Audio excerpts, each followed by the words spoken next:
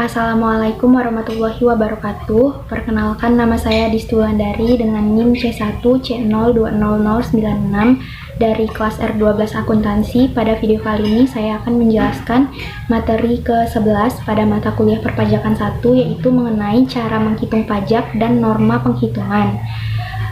Materi yang pertama yaitu cara menghitung pajak. Perhitungan pajak penghasilan bersih selama setahun. Untuk besaran penghasilan sendiri tidak hanya berupa gaji atau upah saja, melainkan juga termasuk tunjangan-tunjangan. Semua penghasilan yang diterima oleh seorang pegawai dalam setahun ini disebut dengan penghasilan kotor. Penghasilan bersih dihitung dari penghasilan bruto dikurangi biaya untuk mendapatkan, menagih, dan memelihara penghasilan. Di dalamnya termasuk biaya pensiun, hutang, dan kredit bank. Menghitung penghasilan tidak kena pajak atau PTKP. Setelah menghitung besaran penghasilan bersih selama 1 tahun, langkah selanjutnya yang perlu dilakukan dalam perhitungan pajak penghasilan adalah mengetahui penghasilan tidak kena pajak atau PTKP. Perhitungan ini digunakan untuk mencari penghasilan kena pajak atau PKP. PTKP adalah jumlah penghasilan yang tidak dikenai pajak penghasilan, sehingga para wajib pajak yang penghasilannya sebesar PTKP atau di bawah batas PTKP tak perlu membayar pajak penghasilan. Berikut tarif penghasilan tidak kena pajak atau PTKP terbaru yang harus diketahui sebagai berikut. Yang pertama, Rp54 juta untuk diri wajib pajak seorang pribadi. Yang kedua, Rp4.500.000 tambahan untuk wajib pajak yang telah menikah. Kemudian Rp54 juta untuk istri yang penghasilannya digabung dengan penghasilan suami.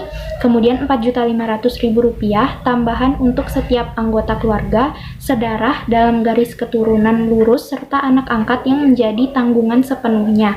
Paling banyak 3 orang untuk setiap keluarga. Kemudian menghitung penghasilan kena pajak atau PKP. Selesai dengan menghitung PTKP, langkah berikutnya dalam perhitungan pajak penghasilan adalah mengetahui besaran PKP yang diperoleh dengan melakukan pengurangan antara penghasilan bersih dengan PTKP. Kemudian perhitungan pajak penghasilan atau PPH. Setelah mengetahui besaran PKP, kemudian tentukan persentase perhitungan pajak penghasilan atau PPH yang diterapkan dengan ketentuan sebagai berikut. Yang pertama, PKP kurang dari Rp50 juta dikenai tarif pajak sebesar 5%. PKP antara Rp50 juta sampai dengan Rp250 juta dikenai tarif pajak sebesar 15%. PKP antara Rp250 juta hingga Rp500 juta dikenai tarif pajak sebesar 25%, dan PKP di atas Rp500 juta dikenai tarif pajak 30%. Langkah selanjutnya dalam perhitungan pajak penghasilan yaitu dengan mengalihkan antara PKP yang sudah diperoleh dengan persentase sesuai ketentuan. Hasil perkalian tersebut adalah PPH yang wajib dibayarkan dalam periode 1 tahun. Selanjutnya, contoh perhitungan pajak penghasilan.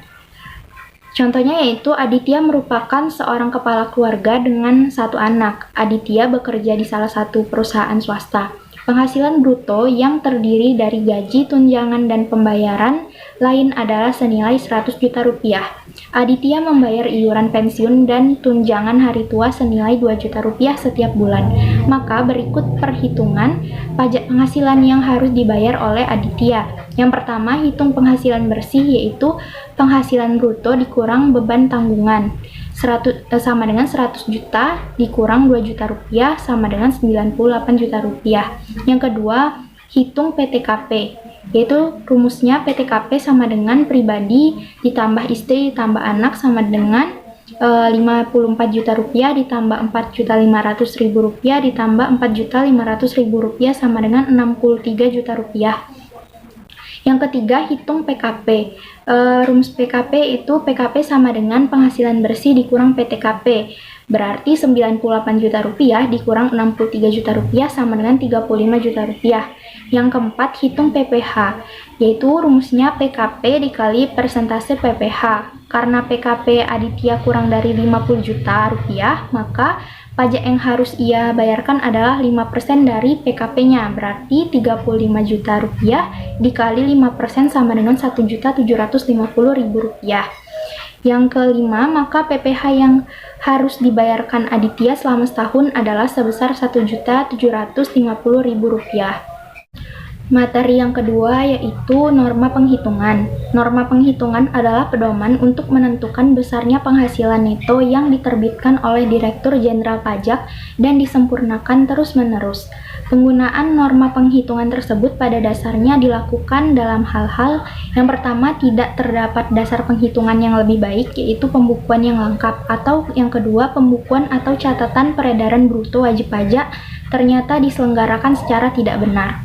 Norma penghitungan pajak penghasilan terdiri atas yang pertama, norma penghitungan umum yang berlaku untuk wajib pajak orang pribadi yang menjalankan usaha atau melakukan pekerjaan bebas yang peredaran brutonya setahun kurang dari 4.800.000.000 rupiah.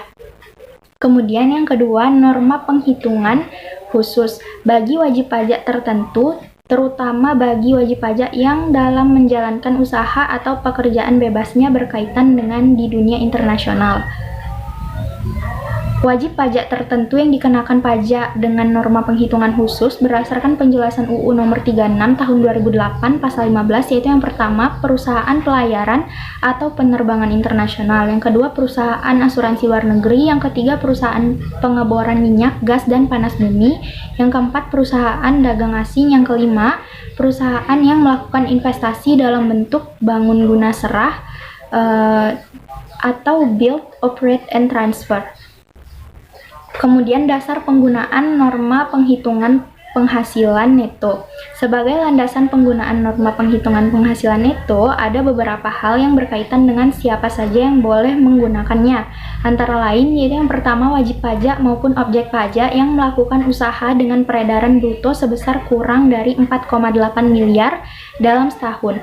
Namun, dengan syarat memberitahukannya kepada Direktur Jenderal Pajak dalam waktu 3 bulan pertama dari tahun pajak bersangkutan. Yang kedua, objek pajak maupun wajib pajak wajib melakukan pencatatan dalam menghitung penghasilan neto menggunakan norma penghitungan penghasilan neto. Yang ketiga, tahun pajak yang berlaku terhitung dalam jangka waktu 1 tahun kalender, kecuali jika wajib pajak menggunakan tahun buku yang tidak sama dengan tahun kalender yang ada. Selanjutnya, cara menghitung norma penghitungan penghasilan neto. Hal ini bisa dihitung menggunakan rumus tertentu. Salah satunya adalah dengan rumus penghasilan neto sebagai berikut, yaitu peredaran penghasilan bruto dikali tarif persentase NPPN. Contoh kasusnya yaitu bisa dilihat seperti di bawah ini. Pak Tony adalah agen asuransi dengan domisili tempat tinggal di Surabaya. Pada tahun pajak 2019, dirinya mendapatkan penghasilan bruto 500 juta rupiah. Lalu berapa penghasilan netonya? Nah, di sini kita harus melihat persentase neto dari pekerjaan dan domisili. Jika norma penghitungan penghasilan neto Pak Tony 50%, maka dapat dihitung penghasilan neto sama dengan 500 juta rupiah dikali 50% sama dengan 250 juta rupiah.